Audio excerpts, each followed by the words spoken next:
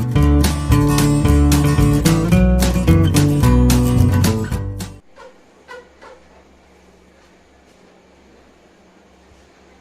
Hello दोस्तों, मेरा नाम है मयंक और आप देख रहे हैं ट्रांसफॉर्मेशन विद एजुकेशन चैनल। स्वागत है आपका हमारे इस ट्रांसफॉर्मेशन विद एजुकेशन चैनल पर। तो हमारी लास्ट वीडियो में हमने इंटरनेशनल रिलेशन के बारे में पढ़ा था। इंटरनेशनल रिलेशन, जैसे कि मैंने आपको बताया, कि एक डायनामिक सब्जेक्ट है और इसे बहुत गहन अध्ययन करना पड़ता है। गहन अध्ययन इन द सेंस कि आपको उससे रटना नहीं पड़ेगा, आपको इसे समझ के चलना पड़ेगा कि इंटरनेशनल जियोपॉलिटिक्स कहाँ पर खड़ी है, इसमें इंडिया कहाँ स्टैंड करता है, जो हमारे राइवल्स हैं जैसे चाइना और पाकिस्तान, वो कहाँ स्टैंड करते हैं। खैर, पाकिस्तान तो कहीं स्टैंड ही नहीं करता है अब, तो पाकिस्तान की बात ही छोड़ दीजिए। इसका फॉरेक्स रिजर्व $16 बिलियन हो, वो क्या कहीं स्टैंड करेगा। बांग्लादेश का फॉरेक्स रिजर्व उससे अच्छा है, लेकिन फिर भी उन्हें गजवाए हिंद करना है, तो करने देते हैं उनको गजवाए हिंद। अभी हम अपना शुरू करते हैं इंटरनेशनल रिलेशन का सीरीज और उन्हें गजवाए हिंद करने देते हैं। देखते हैं कौन गजवाए हिंद करता है। इंटरनेशनल रिलेशन, तो इंटरनेशनल रिलेशन का ये सेकंड पार्ट है। इस सेकंड पार्ट में हम जो चैप्टर हमारा उसको आगे एक्सटेंड करेंगे। इंटरनेशनल सिनेरियो 1945 से जो प्रेजेंट तक अभी भी है, जो चल रहा है। तो इस इंटरनेशनल सिनेरियो में जो फर्स्ट पार्ट है उसमें मैंने बताया कि इंटरनेशनल सिनेरियो को तो 3 पार्ट में बांटा गया है। फर्स्ट है first period, second period and third period. First period जो कि 1945 से लेकर 1990 तक है, सेकंड पीरियड जो 1991 से लेकर 2001 तक है, और थर्ड पीरियड जो 2001 से लेकर प्रेजेंट तक, अभी तक जो चल रहा है उस समय तक। तो ये जो इंटरनेशनल सिनेरियो है, इसमें हमने फर्स्ट पीरियड के बारे में पढ़ा, जिसमें कैसे यूएसए ने फर्स्ट वर्ल्ड का लीडरशिप किया, यूएसएसआर ने सेकंड वर्ल्ड का लीडरशिप किया, और थर्ड वर्ल्ड में non alignment movement in countries ने चलाया, उनकी लीडरशिप थी। वो आपस में कलेक्टिव लीडरशिप के रूप में काम कर रहे थे और गुण निरपेक्षता की नीति में काम कर रहे थे। अब जो ये गुण निरपेक्षता की नीति से इनको लाभ भी हुई, हानि भी हुई। हानि ये हुई कि उनको किसी एक ग्रुप से बहुत बड़ा फायदा नहीं मिल पाया। लाभ ये हुआ कि इनको दोनों तरफ से फायदा मिला, दोनों तरफ से फायदा मिला, और इनकी सोवरेनिटी बची रही, जैसा कि मैंने आपको लास्ट वीडियो में बताया था। इनकी सोवरेनिटी बची रही। इनकी सोवरेनिटी बचे रहने से ये अपने आप को डेवलप कर पाए, और विवादों से दूर रहेंगे तभी अपना विकास कर पाएंगे। अगर मेरे को मेरा विकास करना है तो मेरे को विवादों से दूर रहना पड़ेगा, और विवादों से दूर रहने के लिए हमें वॉर में नहीं आना पड़ेगा। और ये कोल्ड वॉर तो बिल्कुल नहीं। जितना नुकसान कोल्ड वॉर से होता है और प्रॉक्सी वॉर से होता है, उतना नुकसान रियल वॉर से भी नहीं होता है। आप इंडिया पाकिस्तान को भी देख लीजिए। इंडिया और पाकिस्तान के बीच में 4 लड़ाइयां हुई। पहली लड़ाई 1947 में कश्मीर को लेकर, दूसरी लड़ाई 1965 में, तीसरी लड़ाई 1971 और फोर्थ लड़ाई 1999 कारगिल वॉर। इन चारों वॉर में इंडिया की विजय हुई। इन लड़ाई को लड़ने में जितना पैसा इंडिया का खर्च नहीं हुआ होगा, उतना पैसा जब 1999 में कारगिल में हारने के बाद पाकिस्तान ने जो प्रॉक्सी वॉर शुरू किया जम्मू एंड कश्मीर में टेररिज्म फैलाकर, उसको काउंटर करने में जितना इंडिया को एक्सपेंसेस, जितना पैसा लगा है, उतना पैसा शायद ही इन 4 वॉर में लगा होगा। तो कोल्ड वॉर में रहना तो और खतरनाक होता है। और आजकल का जमाना ऐसा है कि सब कोई कोल्ड वॉर पे करते हैं। अपनी फैमिली में भी कोई भी सामने खुल के नहीं बोलता है, लेकिन अंदर ही अंदर कोल्ड वॉर लड़ते हैं। तो ये तो हो गया, ये थोड़ा हंसी मजाक चलता है वीडियो में। बाकी हम फोकस करते हैं हमारे चैप्टर पर। चैप्टर है इंटरनेशनल सिनेरियो 1945 से प्रेजेंट तक। जैसे कि मैंने आपको भी बताया कि 3 वर्ल्ड में विभाजित हुए हैं, 3 पीरियड में विभाजित हुए हैं। जो फर्स्ट पीरियड है उसमें 3 वर्ल्ड थे। कौन कौन? First world, second world, third world. First world USA वाला, सेकंड वर्ल्ड यूएसएसआर वाला, और थर्ड वर्ल्ड नाम वाला, नॉन अलिग्नमेंट मूवमेंट वाला।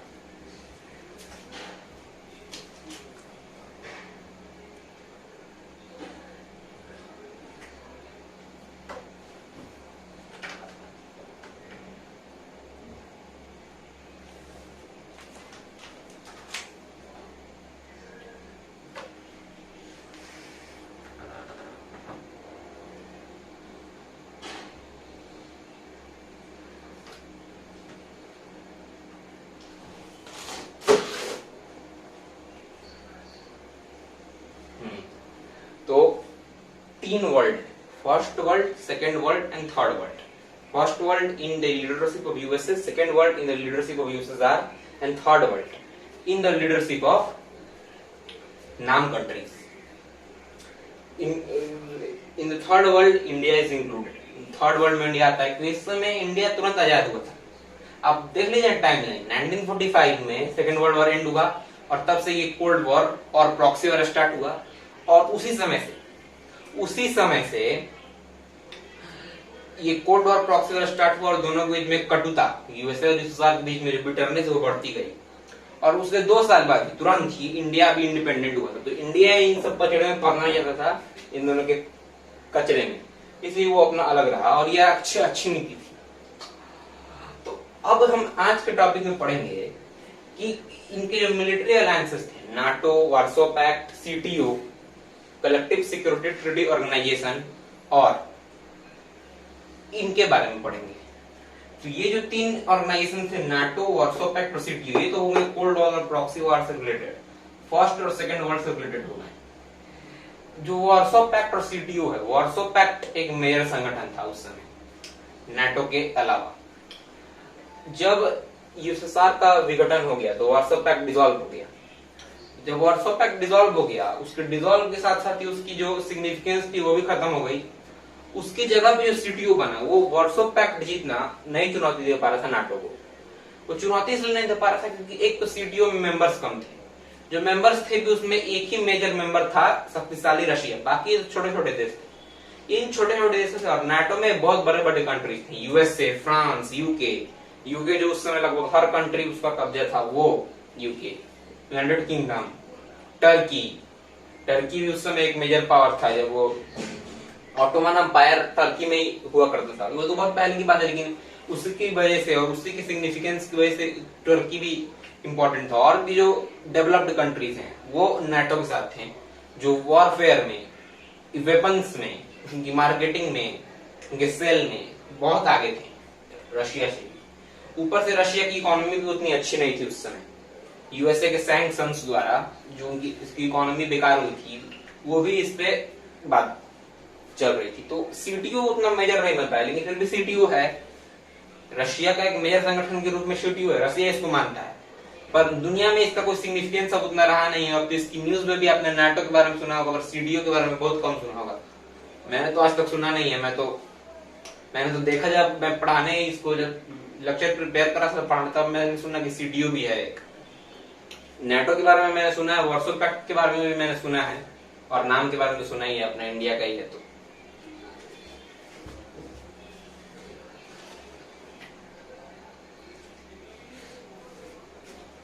तो हमें आज इन संगठनों के बारे में पढ़ना है. उसके बाद फिर हम नाम के बारे में पढ़ेंगे, नॉन अलिग्नमेंट मूवमेंट के बारे में. फिर हम सेकेंड वर्ल्ड के बारे में पढ़ेंगे कि सेकेंड वर्ल्ड में क्या कैसे हुआ. तो आइए बिना टाइम वेस्ट करते हुए हम नाटो के बारे में शुरुआत करते हैं कि नाटो में कौन कौन से कंट्रीज थे और कैसे ये इतना शक्तिशाली हुआ और नाटो कितना बड़ा संगठन है. उसका अंदाजा आपको ऐसा नहीं होगा. उसका अंदाजा करने के लिए मैं आपको लास्ट में एक ऐसा फैक्ट बताऊंगा जिसे आप अपने सिर पर हाथ रख लेंगे कि नाटो को इतना बड़ा संगठन माना गया जाता है. आइए हम शुरू करते हैं नाटो के बारे में.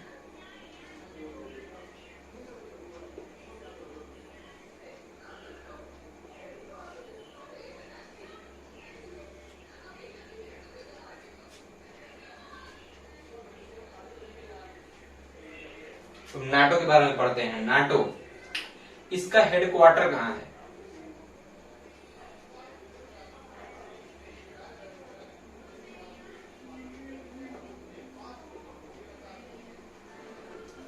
इसका headquarter, the headquarters of NATO is in Brussels, which is in Belgium.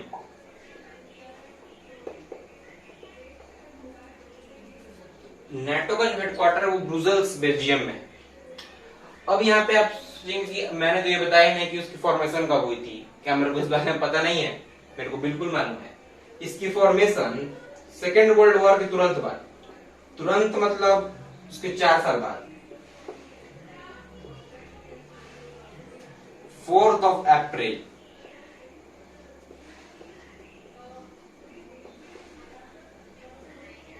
1949 को हुई थी। और इस समय जब इसकी फॉर्मेशन हुई थी तब इसमें 12 कंट्रीज थे, 12 कंट्रीज। तो क्या आज भी 12 है? नहीं, आज इसकी संख्या बहुत बढ़ गई है और इसी संख्या बल की वजह से ये एक मेजर संगठन है। 1949 जिस दिन की स्थापना हुई थी इसमें 12 कंट्रीज थे और आज 2021 तक इसके 30 मेंबर्स यानी इसमें 18 मेंबर्स और ऐड हुए हैं। ये इसकी सिग्निफिकेंस के बारे में बताता है।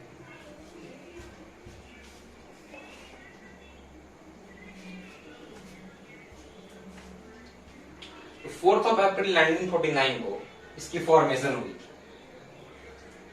इसके मेंबर्स कितने हैं?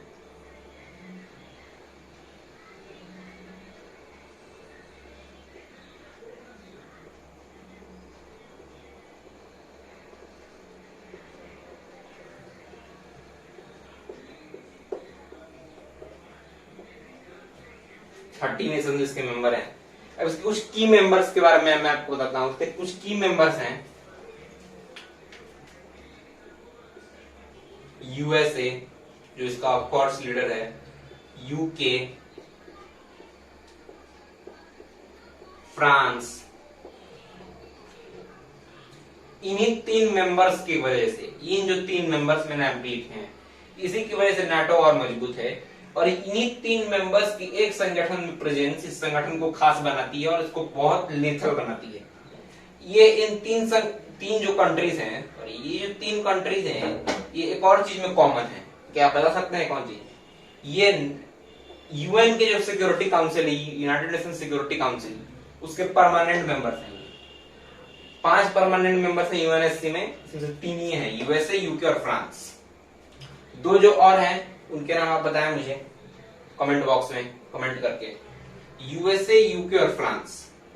उसके बाद इसमें इटली भी है,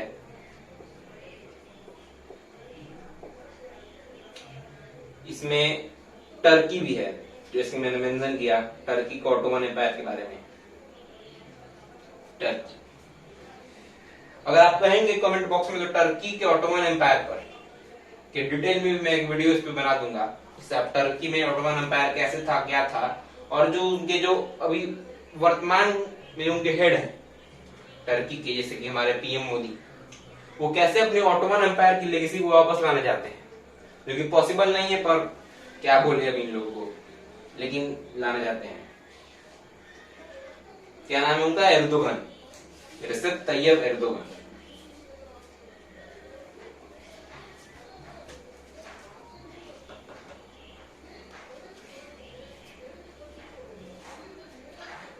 उसके बाद टर्की। तो ये कुछ मेंबर नेशंस हैं और ऑफ कोर्स बेल्जियम भी है इसमें। बेल्जियम तो होगा ही, उसका हेडक्वार्टर भी वहीं पर है।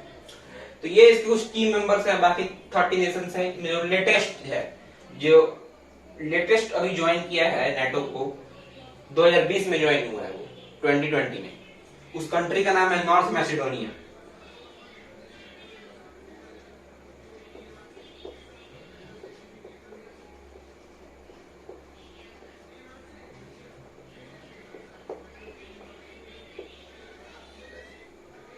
उस कंट्री का नाम है नॉर्थ मैसेडोनिया। ये जो नॉर्थ मैसेडोनिया है, ये उतना मेजर कंट्री नहीं है, लेकिन फिर भी ये नेटो में ज्वाइन हुआ है। अपनी सिक्योरिटी को इंश्योर करने के लिए गया है कि कोई इस पे आक्रमण ना कर दे, क्योंकि छोटे कंट्रीज को भी दिक्कत होती है। और ये भी एक इंटेलेक्चुअल सोच रखने वाला कंट्री है, क्योंकि यूएसए, यूके, फ्रांस जो इंटेलेक्चुअल सोचते हैं ये लोग। इटली, टर्की उतना इंटेलेक्चुअल नहीं सोचता है। और जो भी और सब हैं, जो 2 और कंट्रीज हैं जो यूएनएसए में परमानेंट मेंबर्स हैं, अगर आपको उनके नाम पता है तो कमेंट बॉक्स में लिख दें। बाकी अगर चाहते हैं मैं बता ही देते हैं यार। चाइना और रशिया। चाइना और रशिया इसके 2 मेंबर्स हैं।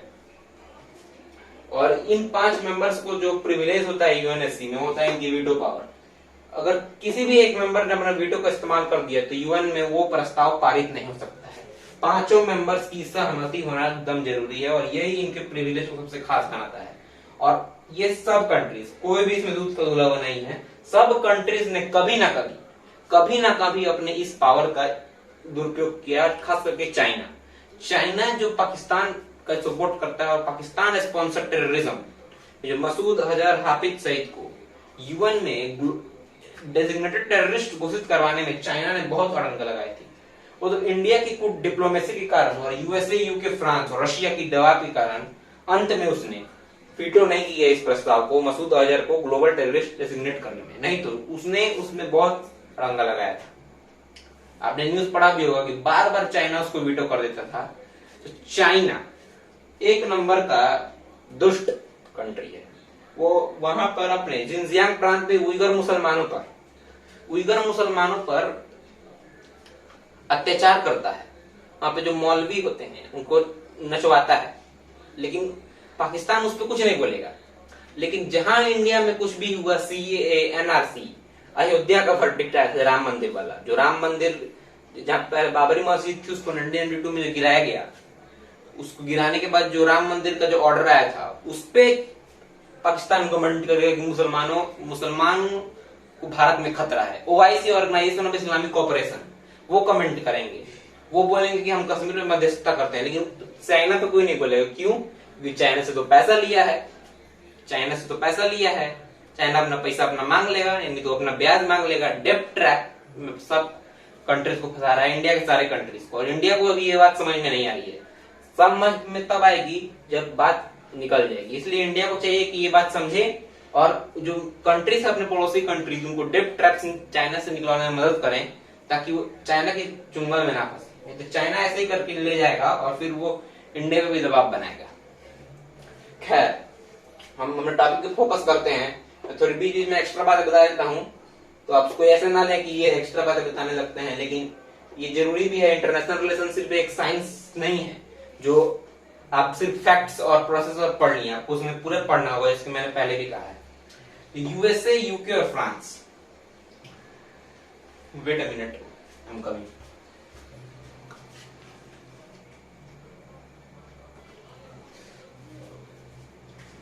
USA, UK, France, Italy, Turkey के मेजर कंट्रीज है। बेल्जियम है। नॉर्थ मैसेडोनिया इसका लेटेस्ट मेंबर है नाटो का। अब हम बात करेंगे दूसरे संगठन वार्सो पैक्ट की, जो रशिया की लीडरशिप में है।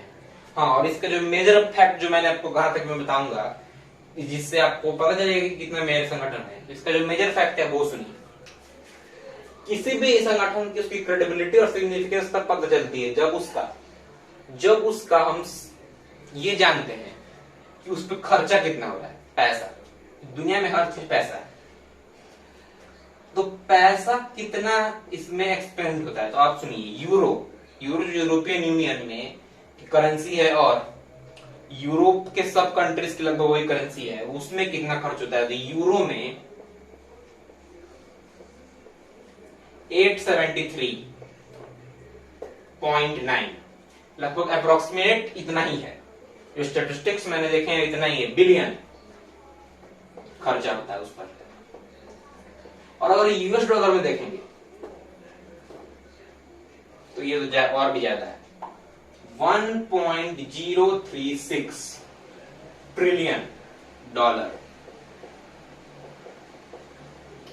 यूएस डॉलर 1.036 ट्रिलियन इस पे खर्चा होता है। ये इसका एक्सपेंस है।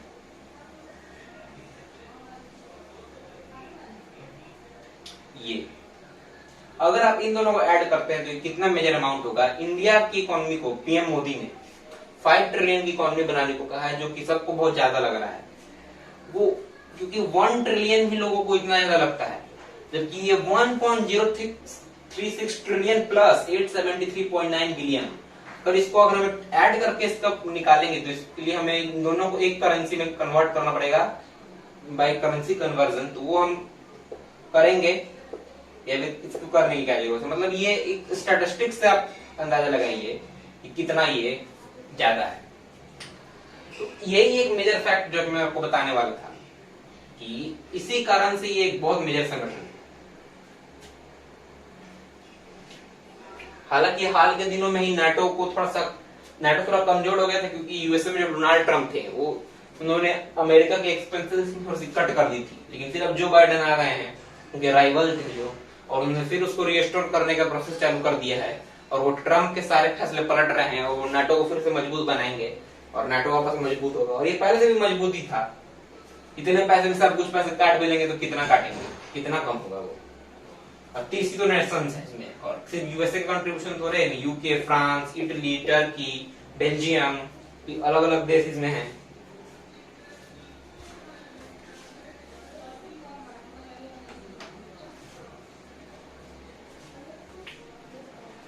तो नाटो अलायंस। अब हम बात करते हैं वार्सो पैक्ट।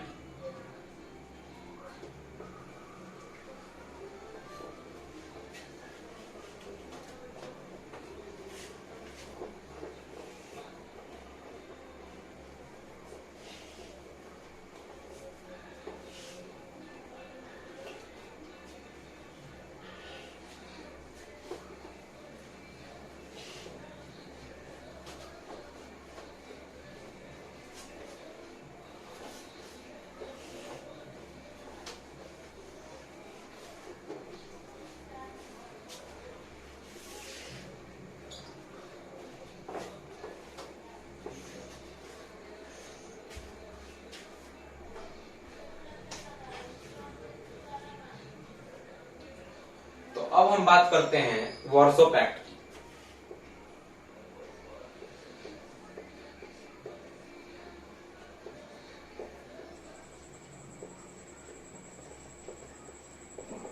इसके बारे में हम थोड़ा सा ब्रीफ टॉक करेंगे, लगभग 2-3 मिनट में ही खत्म हो जाएगा।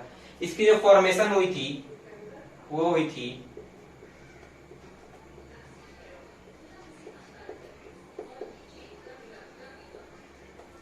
वार्सो पैक्ट नाटो को बैलेंस करने के लिए बनाया गया था। इसकी जो फॉर्मेशन हुई थी वो 14 मई 1955 को हुई थी। इसकी फॉर्मेशन 14 मई 1955 को हुई और ये डिसॉल्व हो गया।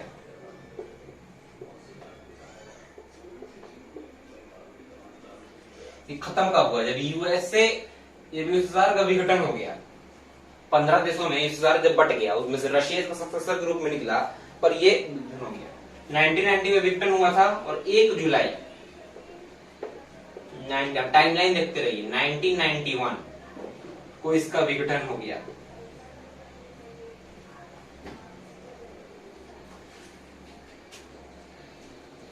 एक जुलाई 1991 को इसका विघटन हो गया।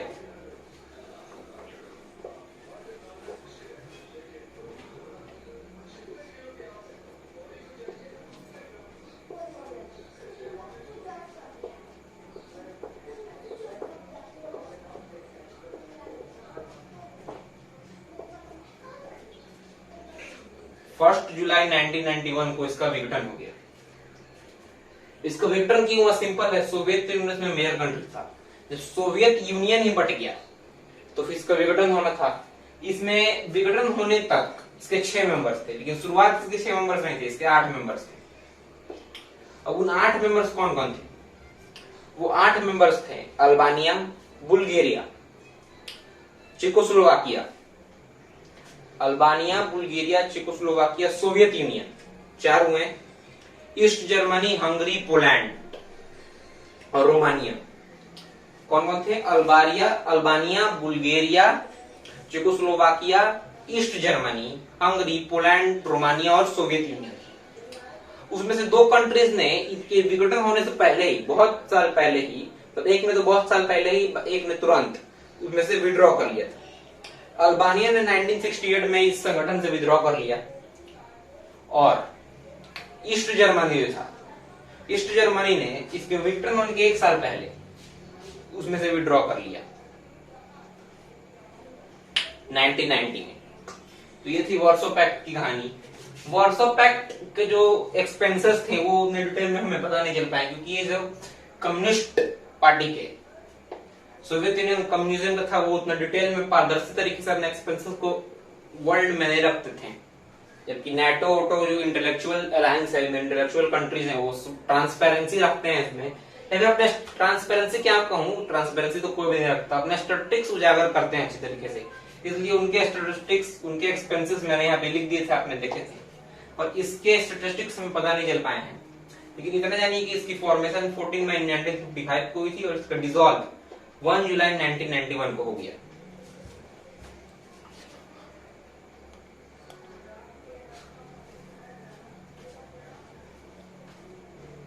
Warsaw pact. अब जो वार्सो पैक्ट था ये नाटो को चैलेंज कर रहा था, लेकिन इसके अचानक विघटन होने से इसमें खलबली मच गई। इसके सारे जो 15 देश थे, वो जो सीटीओ था, collective security treaty organisation, Russia उन सब देशों को एक साथ कर नहीं पाया। सिर्फ 6 मेंबर्स थी, और 6 मेंबर्स भी जो वर्तमान जो 8 मेंबर्स जो मैंने आपको बताए, Albania, Bulgaria, east Germany, Poland, Romania, Hungary और सोवियत यूनियन और चेकोस्लोवाकिया, ये जो कंट्रीज हैं इसमें वो नहीं आ पाए।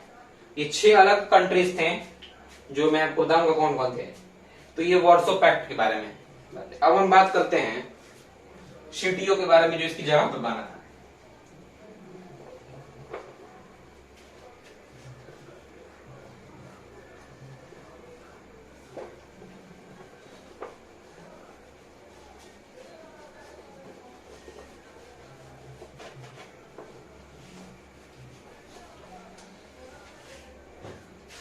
अब चूंकि नाटो पहले से एग्जिस्ट कर रहा था और मजबूत हो गया था वार्सो पैक्ट के विघटन के कारण, तो रूस को, जो यूएसएसआर का सक्सेसर था, उसको कोई ना कोई संगठन तो बनाना ही था नाटो को काउंटर करने के लिए। अन्यथा इस कोल्ड वॉर में यूएसए की एक तरफा जीत मान लिया। तो इसे रोकने के लिए रशिया ने सीटीओ की स्थापना की। CTO, collective security treaty organisation. इसके अलग अलग चरण है, इसके 3 डेट आपको याद रखने हैं। अब जो फर्स्ट डेट है, ये पहले एक ऑर्गेनाइजेशन नहीं था, एक ट्रीटी थी कि हम एक दूसरे की कलेक्टिव सिक्योरिटी करेंगे इन 6 कंट्रीज द्वारा। बाद में इसे 2002 में इसे ऑर्गेनाइजेशन के रूप में मान लिया गया। अब इसे ऑर्गेनाइजेशन के रूप में क्यों मान लिया गया और कैसे मान लिया गया, ये हम आपको अभी बताएंगे 2 मिनट में।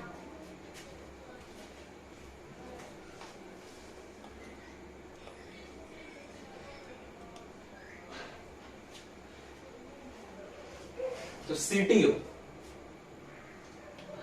अब इसे ऑर्गेनाइजेशन के रूप में क्यों मानना पड़ा और कैसे शुरुआत हुई इसकी। तो इसकी जो फॉर्मेशन थी, सीटीओ की फॉर्मेशन, जैसे कि मैंने आपको बताया, नाटो को काउंटर करने के लिए हुई थी। तो 14 फरवरी 1992, 14 फरवरी 1992 एक ये डेट है। 14 फरवरी 1992 की इसमें सीटीओ को एक यूनिफाइड आर्म फोर्सेस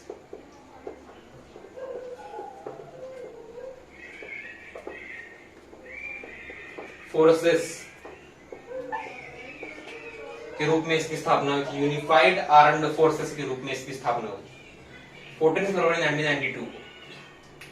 बाद में इसे एक ट्रीटी के रूप में बदल गया। ये आर्म्ड फोर्सेस बनी थी नाटो के तर्ज पर इसमें कोई ट्रीटी नहीं थी, कलेक्टिव सिक्योरिटी की ट्रीटी नहीं थी। 15 मई 1992 को, इसके करीब 3 महीने बाद, 15 मई 1992 को, 15 मई 1992 को इसे collective security treaty, collective security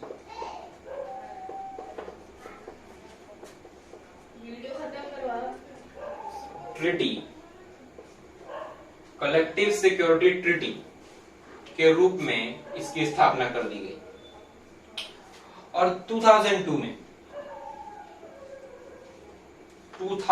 में इसके ऑर्गेनाइजेशन के रूप में इसको एक्सटेंड कर दिया गया, यानी सी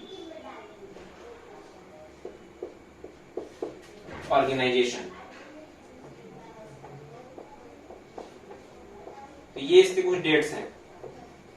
तो ये 2002 में जब इसे एक्सटेंड किया गया ऑर्गेनाइजेशन के रूप में, तो उस समय लग रहा था कि एक मेजर संगठन के रूप में काम करेगा, लेकिन इसके जो मेंबर्स थे वो 6 के 6 ही रह गए और ये उतना मेजर संगठन के रूप में काम नहीं करते हैं। इसके 6 मेंबर्स हैं। उन 6 मेंबर्स के नाम मैं आपको बता देता हूँ। इनमें Armenia, Belarus, Kazakhstan, Kyrgyzstan, Tajikistan, ये हैं, और एक रशिया। इसके 6 मेंबर्स हैं सीटीओ की। इसके कुछ फॉर्मर मेंबर्स थे, जो फॉर्मर मेंबर्स में उज्बेकिस्तान था, जो अब वो मेंबर नहीं रहा। इसमें जो कुछ मेंबर्स थे वो भी हट गए, जबकि ऐसा होना चाहिए कि मेंबर्स आने चाहिए थे। इसके कुछ ऑब्जर्वर है, जैसे कि अभी अफगानिस्तान और सर्बिया, इसके ऑब्जर्वर हैं, ऑब्जर्वर भी इसके जल्दी बन जाएंगे मेंबर्स। तो ज्यादा से ज्यादा जो 2 ऑब्जर्वर हैं वो 8 हो पाएंगे, लेकिन फिर भी ये नाटो को चुनौती नहीं दे पाएगा इतना अच्छे तरीके से। अगर इसको नाटो को चुनौती देना है तो इसमें बहुत सारे रिफॉर्म करने पड़ेंगे, और खास करके रशिया को, कि कजाकिस्तान, किर्गिस्तान, ये तान वाले कंट्रीज हैं, ये सब अब मतलब अब खत्म होते जा रहे हैं। पाकिस्तान जैसे, पाकिस्तान जो भी तान है, तान वाले कंट्रीज का जो सुर और तान मिल नहीं रहा आपस में, ऑर्गेनाइजेशन। तो हम बात सीडीओ की हो गई। तो कलेक्टिव सिक्योरिटी ट्रीटी ऑर्गेनाइजेशन, और इसके जो हेड क्वार्टर, सीटीओ का जो हेड क्वार्टर वो कहाँ है? अब इसका सबसे बड़ा कंट्री कौन है? रशिया। तो रशिया इसकी, और इसका हेड क्वार्टर है मॉस्को, जो कि रशिया में है। हेड क्वार्टर मॉस्को रशिया में। तो सीटीओ का जो हेड क्वार्टर है वो मॉस्को रशिया में। अब हम इसके बारे में और डिटेल में पढ़ने की जरूरत नहीं है, इतना ही काफी, कि इतना मेजर संगठन नहीं है, इससे ज्यादा क्वेश्चंस भी नहीं आते हैं। अब हम बात करेंगे हमारे संगठन नाम के बारे में।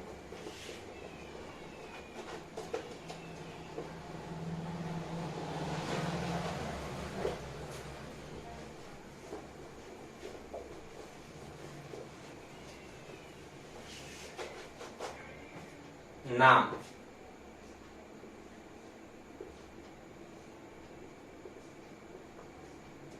नॉन अलिग्नमेंट मूवमेंट, ये एक ऐसा मेजर संगठन है जो नाटो से भी बड़ा संगठन है। ये मतलब एक मिलिट्री अलायंस नहीं है। नाटो एक मिलिट्री अलायंस इसलिए हम उसे मेजर संगठन बोलते हैं।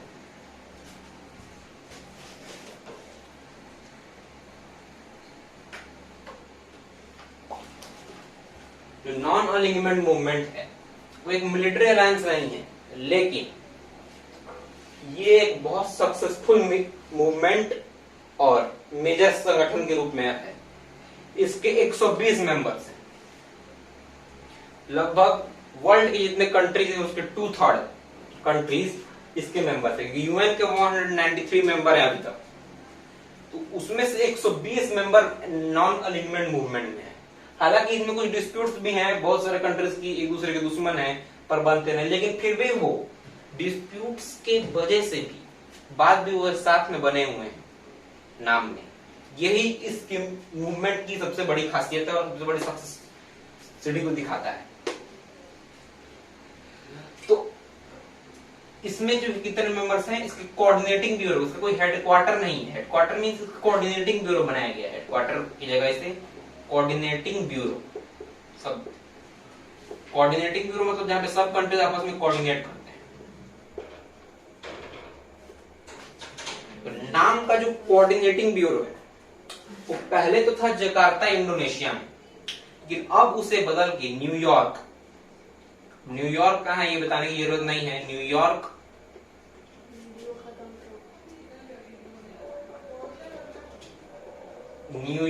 यूएसए में बना दिया गया है नाम को। अब इसकी स्थापना कब हुई थी? इसकी स्थापना 1961 में हुई थी। इसकी स्थापना 1961 में हुई थी बेलग्रेड यूगोस्लाविया में। ये एक बात नोट करने योग्य है कि 1961 में 1 सितंबर 1961 में बेलग्रेड में एक बेलग्रेड डिक्लेरेशन के रूप में इनके जो हेड्स थे इन कंट्रीज के, उन्होंने इसकी स्थापना की थी यूगोस्लाविया में। और तब से अब तक इतना सक्सेसफुल मिशन है कि उसके 9 कितने मेंबर्स थे, 120 मेंबर्स थे और 17 ऑब्जर्वर थे। इसके जो की मेंबर है वो कौन कौन है?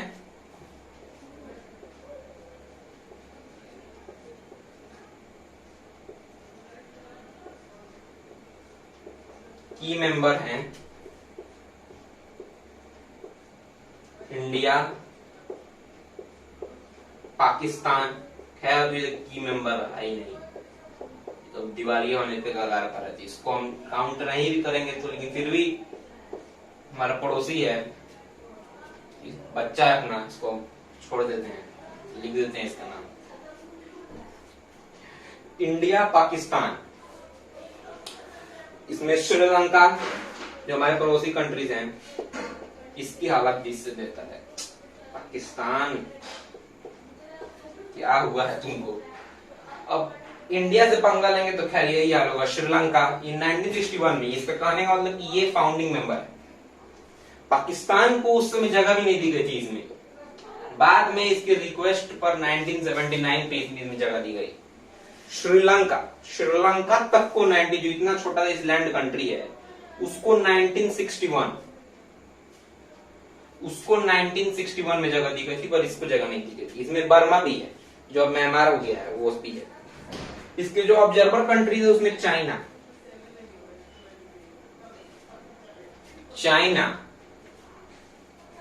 इसको ऑब्जर्वर कंट्री है। चाइना को इसमें इसलिए जगह नहीं दी जा रही कि ऑब्जर्वर बहुत दिनों से है, लेकिन चाइना की जो डेप्ट ट्रैप पॉलिसी है उसके चलते इंडिया इसको इसमें आने नहीं देता है, क्योंकि इंडिया इसका फाउंडिंग मेंबर है और इसमें स्टेक होल्ड करता है। ये इसमें वो की स्टेक होल्ड करता है, इसलिए इंडिया चाइना को इसमें आने नहीं दिया जा रहा है, क्योंकि अगर चाइना इसमें आ गया तो ये नाम को बर्बाद कर देगा। चाइना और पाकिस्तान ऐसे दो कंट्रीज हैं जो किसी भी जगह पे आ जाए उसको बर्बाद करके ही मानते हैं, सिर्फ अपने बारे में सोचते हैं। इंडिया, पाकिस्तान और श्रीलंका, इसमें 1961, 1979, 1961 के की मेंबर और बहुत सारे की मेंबर्स हैं। नेपाल, अफगानिस्तान, अजरबैजान, ये इसके की मेंबर्स हैं। करंट जो इसके हेड, जो इसके प्रेसिडेंसी है, ये अजरबैजान के पास है। जो करंट प्रेसिडेंसी है इसकी अजरबैजान के पास है। इसकी फॉर्मेशन हुई थी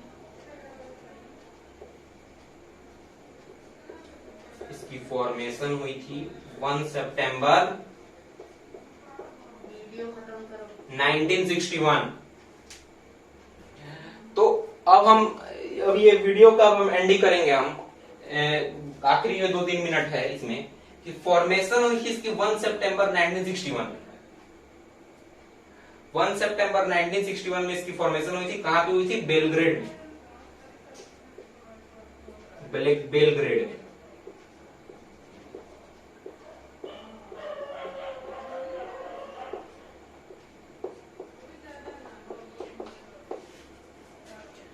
ये जो कंट्रीज थे, जो इनके फाउंडिंग मेंबर्स थे, उनके हेड्स द्वारा आपस में मीटिंग करके एक डिक्लेरेशन के रूप में इसकी स्थापना हुई थी। इसके और भी जो मेंबर्स थे वो मैंने लिखा, इनमें अफगानिस्तान है और अफ्रीका के हर एक कंट्रीज में, सिर्फ साउथ सुडान और वेस्टर्न सहारा, ये जो 2 कंट्रीज है, इनको छोड़ के लगभग अफ्रीकन कॉन्टिनेंट का हर एक कंट्रीज का मेंबर है।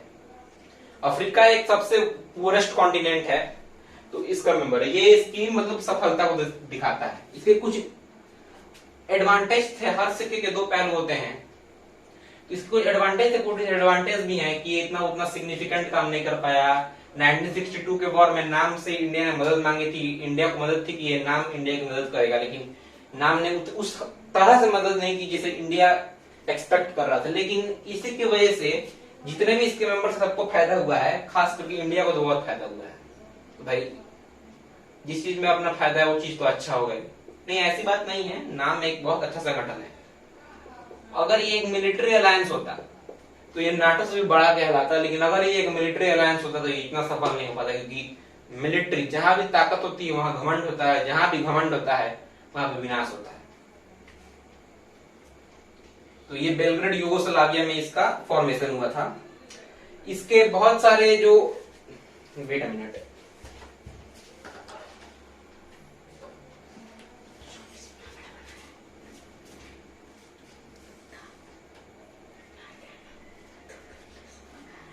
तो फॉर्मेशन 1 सितंबर 1961 को बेलग्रेड यूगोस्लाविया में इसकी फॉर्मेशन हुई थी।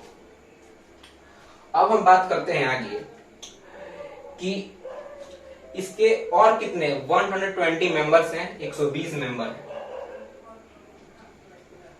120 मेंबर,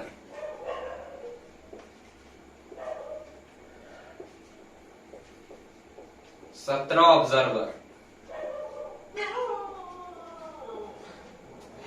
10 इंटरनेशनल ऑर्गेनाइजेशंस भी इसके मेंबर्स हैं। यूएन इसके मेंबर है, अफ्रीकन काउंसिल, अफ्रीकन यूनियन, ये भी इसके मेंबर्स हैं। जो इसकी करंट प्रेसिडेंसी है वो अजरबैजान के पास है। किसके पास है? अजरबैजान के पास है, कंट्रीज के पास।